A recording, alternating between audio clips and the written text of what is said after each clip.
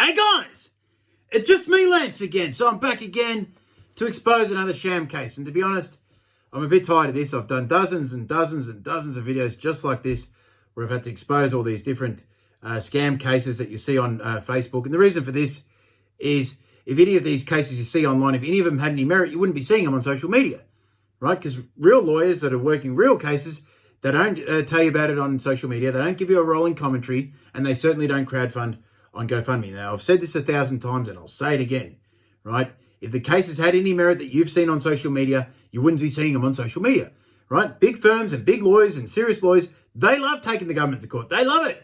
They love to challenge the government, right? So if any of these cases you've seen online had any merit, right, all the different big firms would have taken them and they would have taken them on no win, no fee, or pro bono, or big hedge funders would have paid for it.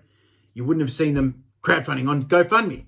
And I think the proof's in the pudding because we see now, 2 years on, none of the cases have won. Most of the cases never made it anywhere near a courtroom. The ones that did were thrown out straight away, just like I predicted. I tried to warn people not to donate, and I've failed because these grifters have managed to get, it's in the millions now. We're talking about, with all the different groups, they have raised millions and millions of dollars from vulnerable people on social media for these, proposed class actions and court challenges. And here I am 2 years on telling you I was right. They're all shams. None of them worked. Even Rebel News Fight the Fines, that was a sham.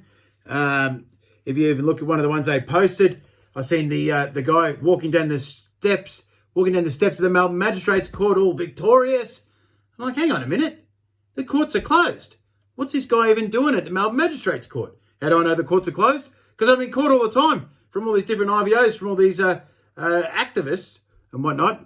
So I'm in court all the time, and court cases are now being held by WebEx. I do the court cases sitting right here from WebEx, right? So the courts have been closed this whole time, except I think they're starting to open up a little bit now, but they're being closed unless you're going for a custodial sentence. Obviously, then you can go into court because you're going for a custodial sentence. You can't do that from home from WebEx, can you? And the other reason why you can get into the court is to sign bail papers.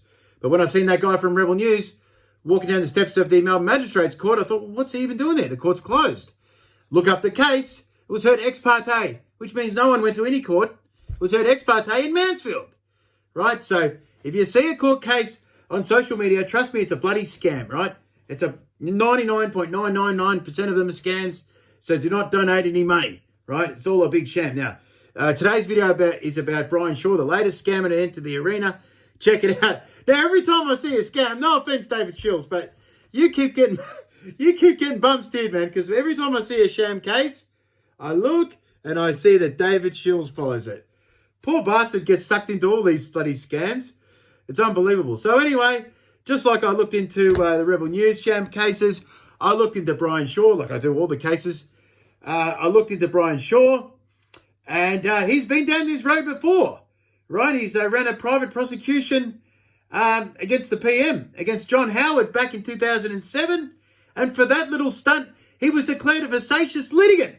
Right now, if you don't know what vexatious litigant means, it's basically the court telling you you're not allowed to come back here anymore because you're a bloody goose, right? You're not allowed to run court cases anymore because you're a time-wasting goose, right? So he was declared a vexatious litigant for his last stunt. Now, I believe with his latest case, he's got someone else to put their name to it because he's not allowed to, maybe his son or someone. I've heard it might have been his son that he's used. And so he's trying this same stunt again that he tried against John Howard back in 2007. Now, the funny thing about this is that movement, a lot of people in the movement, a lot of prominent people are hanging their hat on this private prosecution brought on by a vexatious litigant, Brian Shaw.